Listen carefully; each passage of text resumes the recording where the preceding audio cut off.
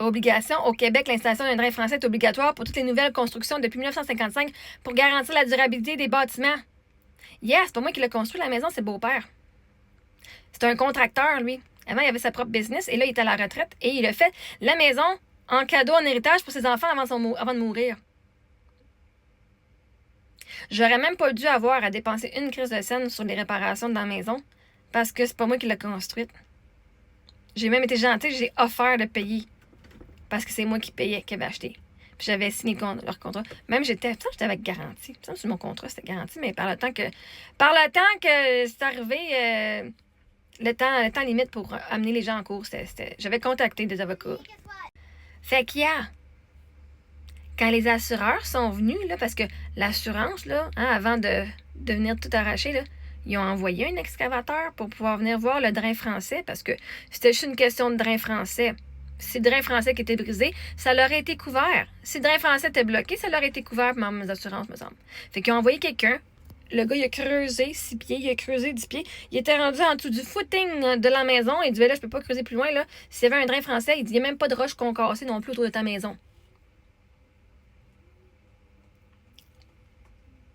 Fait pas de roche concassée, ça veut dire qu'il n'y a pas de drainage.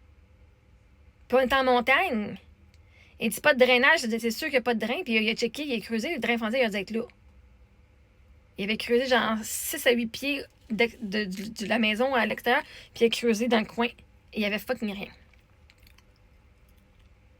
Et là, le gars, il dit, peux-tu me dire, il est où le drain français? Je dis, m'a demandé au beau-père. Le beau-père, il n'a pas répondu. J'ai donné le numéro de téléphone au gars. Le monsieur, le beau-père, il répondait pas au téléphone. Alors là, je courais après la belle-mère. Il est où le drain? Elle dit, je sais qu'il y en a un, j'ai vu ses factures, il y en avait un. Il n'y en avait pas. Puis oui, je te dire au gars directement qu'il n'a pas mis. Oh non, il y en avait un. Il l'avait mis en dessous de la maison, en parallèle avec la source d'eau qui coulait en dessous de la maison. Fait moi, tellement, il y a une source d'eau en dessous de ma maison, avec un drain à côté, mais pas de drain autour de la maison, puis on est en montagne. Fait que toute l'eau de ruissellement. Puis même dans mon garage, moi, j'ai une plateforme genre. J'avais une plateforme en ciment. Aucun drain là-dedans. Rien. Fait que là, elle arrivait, elle coulait dans le mur directement. C'était pas l'inusé non plus. La neige l'hiver, elle fondait, puis comme ma maison avait comme shifté un peu, toute l'eau, elle s'en allait d'un crack de mur dans le sous-sol aussi. Fait qu'hier, c'était obligatoire un drain français. Il y a bien des affaires qui sont obligatoires. Ah, mais ma maison, j'avais 12 pages. 12 pages de vis cachées. Ils étaient plus cachés maintenant, on les a trouvés, les vis. Mais toutes les affaires qui étaient mal faites. Moi, c'est quelqu'un qui a acheté des maisons, puis il flippait, là. Mais il a bâti nos maisons, puis pour quelqu'un qui était un contracteur avant, mettons, même la maison que j'avais à Brossard, c'est une maison des années 1970, elle avait un beau drain en avant du garage, plus les drains dans le garage. Plus un drain français que ma maison de 2012. Ma maison a été construite en fucking 2012, là. Qu'il n'y avait rien. Je sais pas. Maintenant, c'était pas le meilleur contracteur. Mais ça, je savais pas. Avant. Je savais pas avant.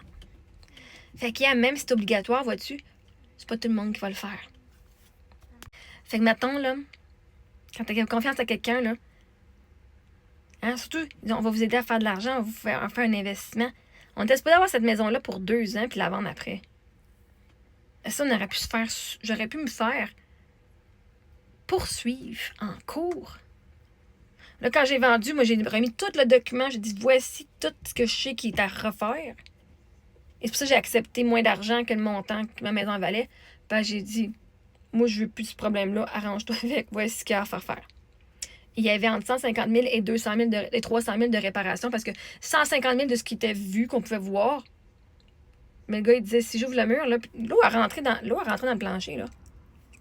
Si j'ouvre le mur puis qu'il y a plein de studs et des affaires qui sont moisies, je sais pas. Je peux pas savoir tant que le mur est pas ouvert. Et je me suis pas embarquée là-dedans. C'est beau. Voilà. Mais oui. Pas moi qui l'ai construit. Moi, j'étais en Ontario pendant que le beau-père construisait la maison à Sutton. Fait que, moi, là, tu sais, vous venez tout me blaster comment j'ai dépensé mon argent, comment j'ai vécu mon deuil, mais Chris, surprise! Ta maison n'est pas au code. Juste la remettre au code, ça allait coûter 150 000 $. Je la remettre au code, au complet, pour une maison neuve, là. C'était pas une belle surprise, mettons. Là. Moi, je m'attendais peut-être vendre ma maison, évidemment. Non. Ben, je l'ai vendue, mais j'étais supposée faire de l'argent à cette maison-là. C'est correct. Et voilà. C'est ce qui m'est arrivé, et c'est correct. C'est arrivé, on a passé par-dessus, puis là, ben, c'est ça.